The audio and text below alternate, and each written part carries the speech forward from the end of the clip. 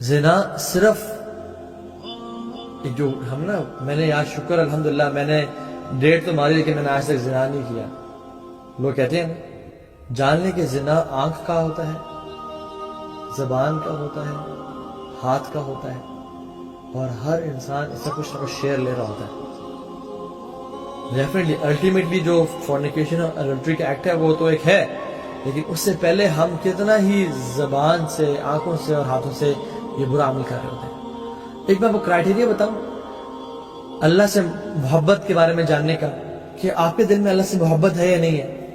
یہ دیکھ لیں کہ آپ کی جو پریویسی ہے وہ کس طرح کی ہے. How is your private life. کیا when you are in the comfort and privacy of your room and your door is locked اور آپ اکیلے بیٹھے ہوئے ہیں, کیا اللہ کا خوف اور اس کی ہیبت اور اس کا جلال اور اس کی محبت آپ کے دل پہ حاوی آتی ہے؟ Does it take precedence over your desire to sin?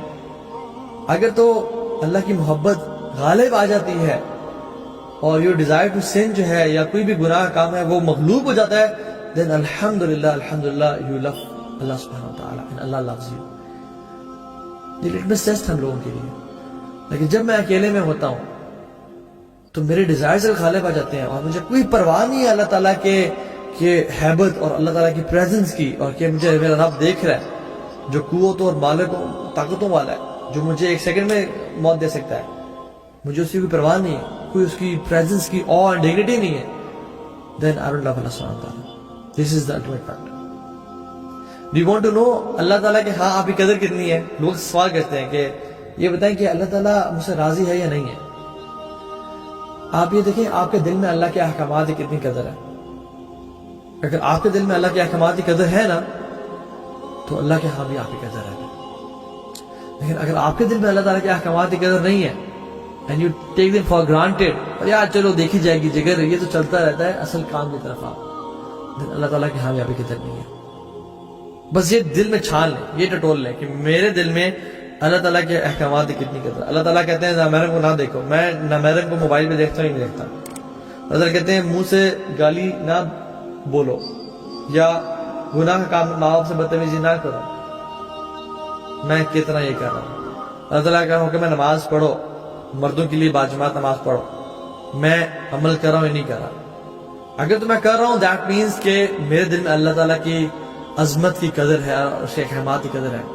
لیکن اگر میں نہیں کر رہا دس مینس کہ میرے دل میں اس کی قدر نہیں ہے, اور پھر اللہ تعالیٰ کے ہاں میری قدر نہیں ہے.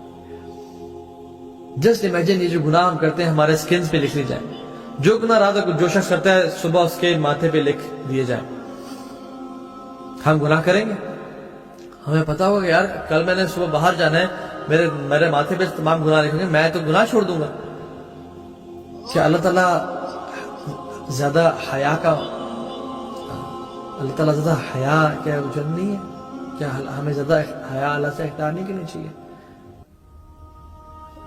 He deserves more respect and more حیا from us than people. لوگ تو آئیں گے اور چلے جائیں گے. یہ جو ہے نا اکیلے میں private sense, specially fornication, adultery, looking at bad stuff, addictions, یہ نیک اعمال کو کھا پی جاتے ہیں. یہ ہلاک کر دینے والے گناہ ہیں. ایک حدیث سنا کے بعد ختم کرتا ہوں, اور ثوبان رضی اللہ تعالیٰ عنہ کی وہ حدیث ہے کہ اللہ کے نبی صلی اللہ علیہ وسلم نے فرمایا کہ میں ایسے لوگ جانتا ہوں میری امت میں آئیں گے, یأتون یوم القیامت بحسنات امثال جبال تہامۃ البیضاء, تہامہ پہاڑ کے برابر روشن ان کے نیک اعمال لے کے آئیں گے قیامت کے دن, اتنے بڑے بڑے. تو کیا ہوگا؟ فیجعل اللہ ھباء منثورا, اللہ تعالیٰ ان کو مٹی مٹی کر دیں گے, ریزہ بنا دیں گے. اللہ اکبر. تو صحابہ نے کہا یا رسول اللہ صلی اللہ علیہ وسلم صفہم لنا, ان کی صفات ہمیں بتائیں, ان کے بارے میں ہمیں بتائیں کہ وہ کون لوگ ہیں جو اتنے بڑے لوزرز ہوں گے, اتنے نیک اعمال تو رہے لیکن ان کے اعمال ضائع, کیا وجہ؟ تو اللہ نے فرمایا کہ وہ تمہارے بھائی ہوں گے, وَمِن جِلْدَتِكُمْ, اور تمہارے سکن کلر کے ہوں گے, وَيَأْخُذُونَ كَمَا تَأْخُذُونَ اللَّيْلِ, وہ رات کو اٹھتے ہوں گے جیسے تم رات کو اٹھتے ہو, تہجد کی نمازیں پڑھتے ہوں گے. مطلب ان میں ایک سینس ہوگی دین کی, لیکن کیا ہوگا وَإِذَا خَلَوْا بِمَحَارِمِ اللَّهِ تَعَالَى انتهكوها. جب وہ اکیلے ہوتے ہوں گے تو اللہ تعالیٰ کی حدود کو پامال کرتے ہوں گے. جو کام اللہ تعالیٰ کو پسند نہیں ہے وہ کرتے ہوں گے. جن کاموں سے اللہ تعالیٰ نے روکا ہے لوگوں کے سامنے تو نہیں کیا کہ اکیلے میں بیٹھ کے انہوں نے وہ کام کیا. اللہ تعالیٰ کی برائے ہوئی, اللہ تعالیٰ ان کے تمام اعمال کو برباد کر دیں گے. تو اللہ تعالیٰ ان تمام گناہوں سے اللہ تعالیٰ ہمیں بچا لیں اور ہمیں ان لوگوں میں سے بنائے کیونکہ ہر قسم کے گناہ کو معیوب سمجھیں. اور sins should be a taboo. گناہ کو نا پبلکلی نہیں کرنا چاہیے. اللہ نے فرمایا کہ کل امت یدخلون الجنہ الا من ابا, میری پوری امت جنت میں داخل ہوگی ایکسپٹ جو ریفیوز کر دیں کہ ہم نے جنت میں نہیں جانا. صحابہ نے کہا رسول اللہ صلی اللہ علیہ وسلم ہمیں سے کون ہے جو جنت میں جانے سے انکار کر دے؟ کون ہے ہمیں سے؟ فرمایا کہ من اطاعنی دخل الجنہ ومن عصانی فقد ابا, جو میری اطاعت کرے گا وہ جنت میں داخل ہو جائے گا اور جو میری نافرمانی کرے گا تو as if he has said کہ آئی ڈونٹ وانٹ جنہ. تو اللہ تعالیٰ ہمیں واقعتاً رسول اللہ صلی اللہ علیہ وسلم کی اطاعت کرنے کی توفیق دے اور ہر قسم کے گناہ سے بچنے کی توفیق دے اور کسی گناہ کو بھی حقیر نہ سمجھنے کی توفیق دے.